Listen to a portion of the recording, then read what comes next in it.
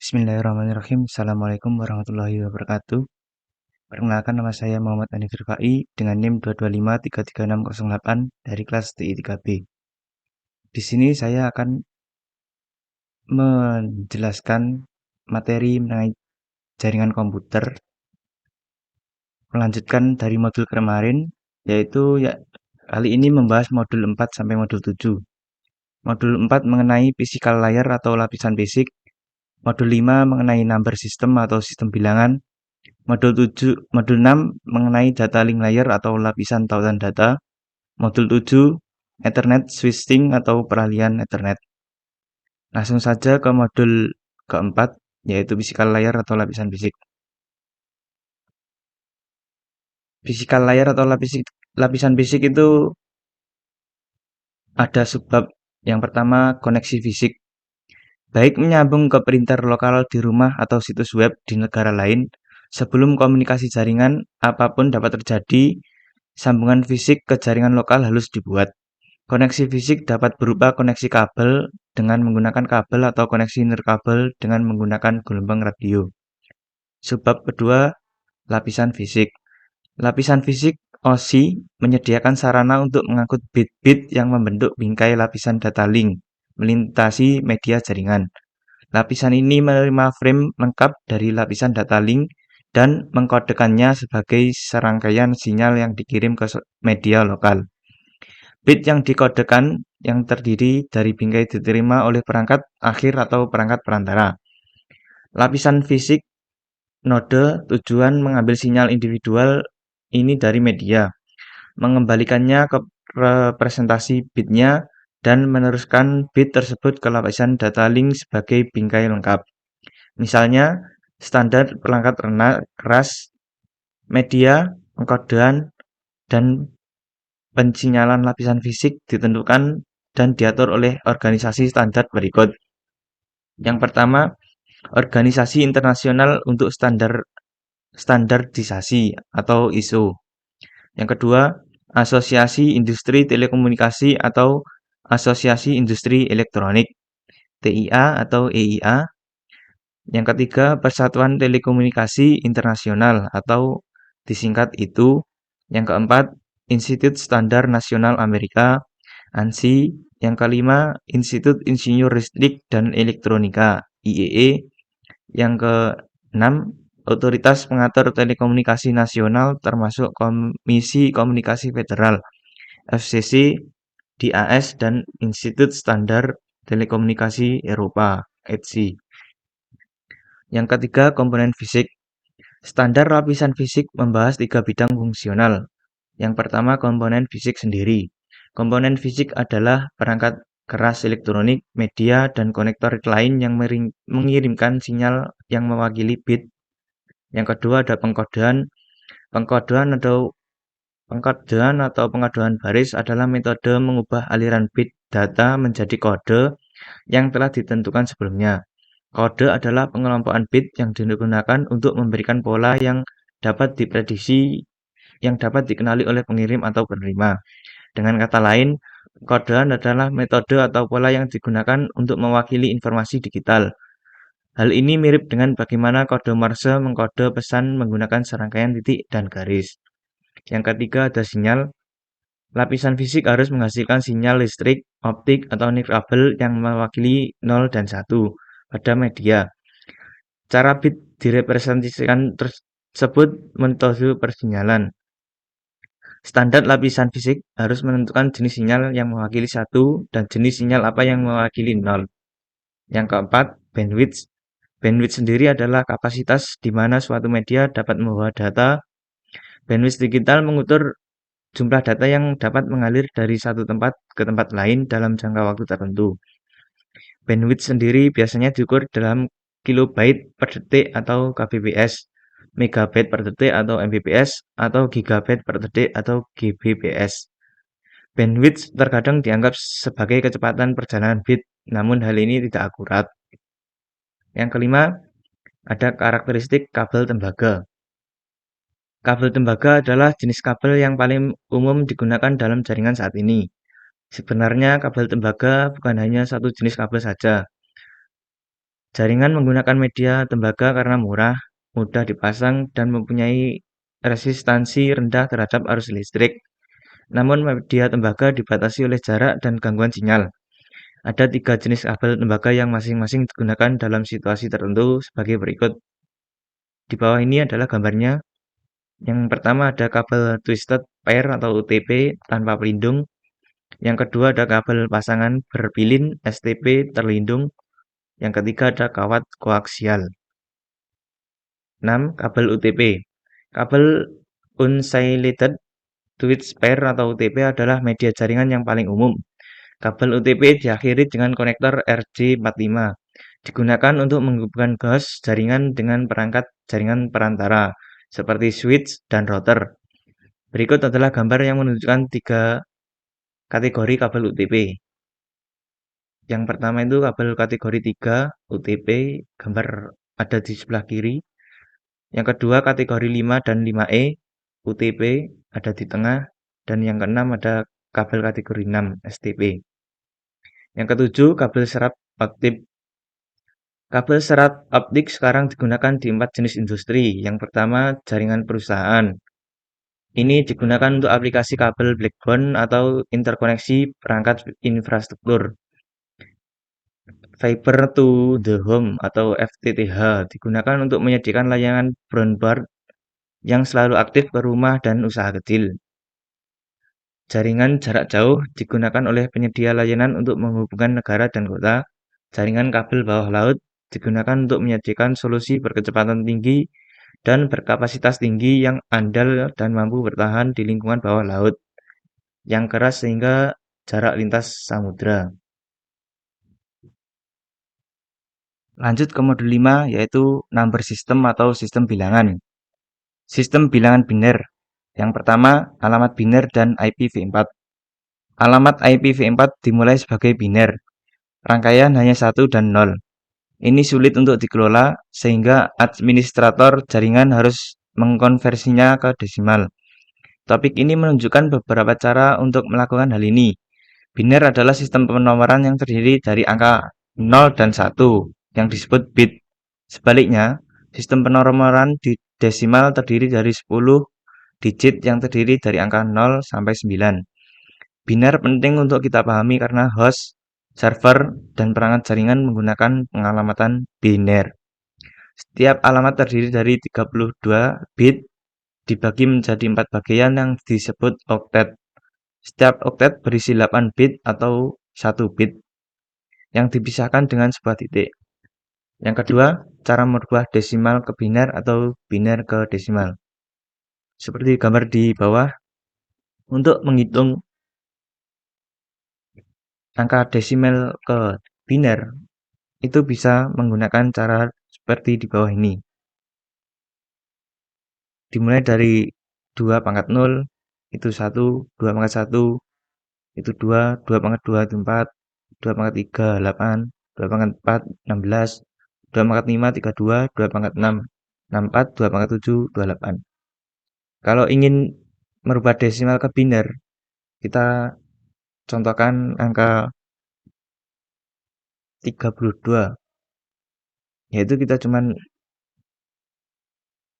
ngasih angka 1 ke angka 32 ini, seterusnya lainnya adalah angka 0.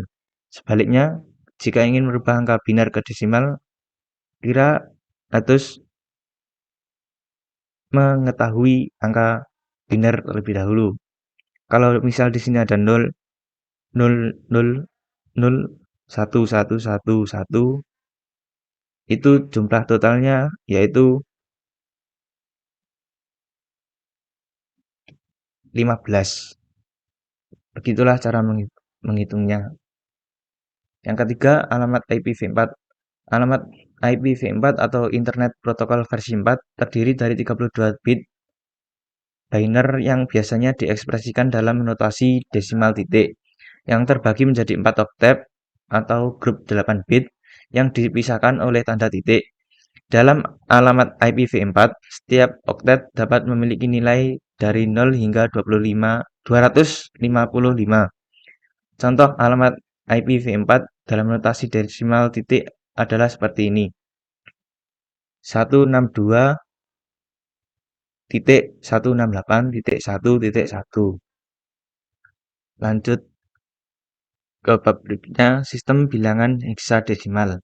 Yang pertama, alamat heksadesimal dan IPv6. Alamat IPv6 atau Internet Protocol versi 6 adalah sebuah sistem penomoran alamat yang digunakan dalam jaringan komputer. IPv6 dikembangkan sebagai penerus dari IPv4 untuk mengatasi kekurangan alamat IPv4 yang semakin berkurang karena pertumbuhan internet yang semakin pesat. Yang kedua, cara mengonversi desimal ke heksadesimal dan heksadesimal ke desimal. Yang pertama yaitu cara mengubah angka desimal menjadi nilai heksadesimal seperti berikut. Pertama, ubahlah angka desimal menjadi string biner 8 bit. Kedua, bagilah string biner dalam kelompok 4 mulai dari posisi paling kanan. Yang ketiga, ubah masing-masing 4 bilangan biner menjadi digit heksadesimal yang setara. Cara mengubah nilai heksadesimal menjadi angka desimal seperti berikut. Yang pertama, ubahlah bilangan heksadesimal menjadi 4 string biner bit. Kedua, buat pengelompokan biner 8 bit mulai dari posisi paling kanan. Yang ketiga, ubah setiap pengelompokan biner 8 bit menjadi digit desimal yang setara. Modul ke-6, data link layer atau lapisan tautan data. Standar IEE yang sudah saya terangkan tadi di awal, 802 LAN atau MAN, dikhususkan untuk LAN Ethernet, LAN Nirkabel WLN, jaringan area pribadi Nirkabel atau WPAN, dan jenis jaringan area lokal dan metropolitan lainnya. Lapisan data link IEE 802 LAN atau MAN terdiri dari dua sublapisan berikut. Yang pertama, Logical Link Control atau LLC. Sublapisan IEE 802.2 ini berkomunikasi antara perangkat lunak jaringan di lapisan atas dan perangkat keras di lapisan bawah. Ini menempatkan informasi dalam bingkai yang mengidentifikasi protokol lapisan jaringan yang mana digunakan untuk bingkai tersebut. Informasi ini memungkinkan beberapa protokol layer 3 seperti IPv4 dan IPv6 untuk menggunakan antarmuka jaringan dan media yang sama. Yang kedua, kontrol akses media atau MAC. Mengimplementasikan sublapisan ini dalam kurung IEE 802.3, 802.11 atau 802.15 di peringkat keras. Ini bertanggung jawab untuk enkapsulasi data dan kontrol akses media. Ini menyediakan pengalamatan lapisan data link dan terintegrasi dengan berbagai teknologi lapisan fisik. Sublapisan MAC menyediakan enkapsulasi data. Yang pertama, pembatasan bingkai. Yang kedua, pengalamatan. Yang ketiga, deteksi kesalahan. Seperti pembahasan di modul pertama dan modul pertama sampai modul ketiga, di modul 4 sampai modul 7 ini juga ada topologi fisik dan topologi WAN. Topologi adalah jaringan pengaturan atau hubungan perangkat jaringan dan interkoneksi di antara perangkat tersebut. Ada dua jenis topologi yang digunakan saat menjalankan jaringan LAN atau WAN. Yang pertama, topologi fisik. Mengidentifikasi koneksi fisik dan bagaimana perangkat akhir dan perangkat perantara yaitu router, switch, atau titik akses nirkabel saling terhubung. Topologi ini juga dapat mencakup lokasi perangkat tertentu seperti nomor ruangan dan lokasi di rak peralatan. Topologi fisik biasanya point-to-point atau star. Yang kedua, topologi logis. Mengacu pada cara jaringan mentransfer frame atau dari satu node ke node berikutnya. Topologi ini mengidentifikasi koneksi virtual menggunakan antarmuka perangkat dan skema pengalamatan IP layer 3. Topologi WAN atau topologi WAN Wide Area Network adalah struktur fisik atau logis yang mengatur bagaimana jaringan komputer dan perangkat terhubung di wilayah geografis yang luas, seperti antar kota, negara, bahkan antar benua. Ini digunakan untuk menghubungkan perangkat lokal LAN yang terletak pada lokasi yang berjauhan. Contoh topologi WAN adalah Point-to-the-Point Protocol atau disingkat PPP. Lanjut ke modul 7 atau modul yang terakhir di pembahasan kali ini, yaitu Ethernet switching atau peralihan Ethernet. Enkapsulasi Ethernet. Ethernet adalah salah satu dari dua teknologi LAN yang digunakan saat ini. Yang lainnya adalah LAN nirkabel atau WLAN. Ethernet menggunakan komunikasi kabel, termasuk twisted pair, link serat optik, dan kabel koaksial. Sub lapisan tautan data. Ingatlah bahwa LLC dan MAC memiliki peran berikut di lapisan data link. Sub lapisan LLC. Sub lapisan IEE 8.802.2 ini berkomunikasi antara perangkat lunak jaringan di lapisan atas dan perangkat keras di lapisan bawah.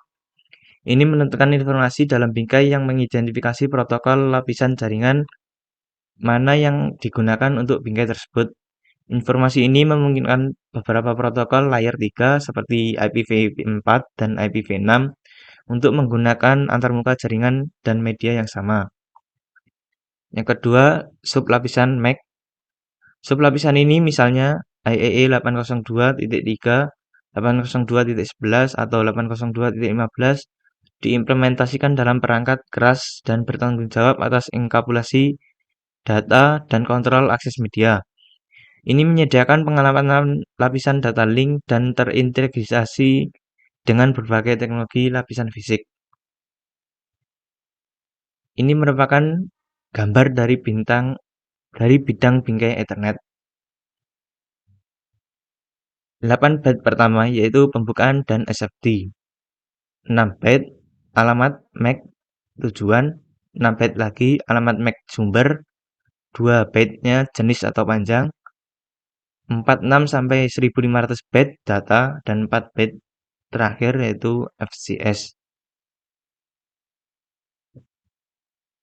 Alamat MAC Ethernet. Alamat MAC Ethernet adalah alamat 48 bit yang dinyatakan menggunakan 12 digit heksadesimal.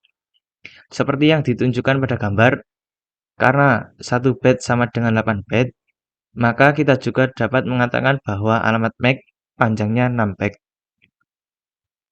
Semua alamat MAC harus unik untuk perangkat Ethernet atau antarmuka Ethernet. Untuk memastikan hal ini, semua vendor yang menjual perangkat Ethernet harus mendaftar ke IEE untuk mendapatkan kode unik 6 heksadesimal, yaitu 24 bit atau 3 byte, yang disebut pengidentifikasi unik organisasi atau disingkat dengan OUI. Alamat MAC Unicast. Alamat MAC Unicast adalah alamat unik yang digunakan seketika sebuah frame dikirim dari satu perangkat transmisi ke satu perangkat tujuan. Alamat MAC Multicast. Seperti halnya alamat Unicast dan siaran, alamat IP Multicast memerlukan alamat MAC Multicast yang sesuai untuk mengirimkan frame pada jaringan lokal. Alamat MAC Multicast dikaitkan dengan menggunakan informasi pengalamatan dari alamat multicast IPv4 atau IPv6.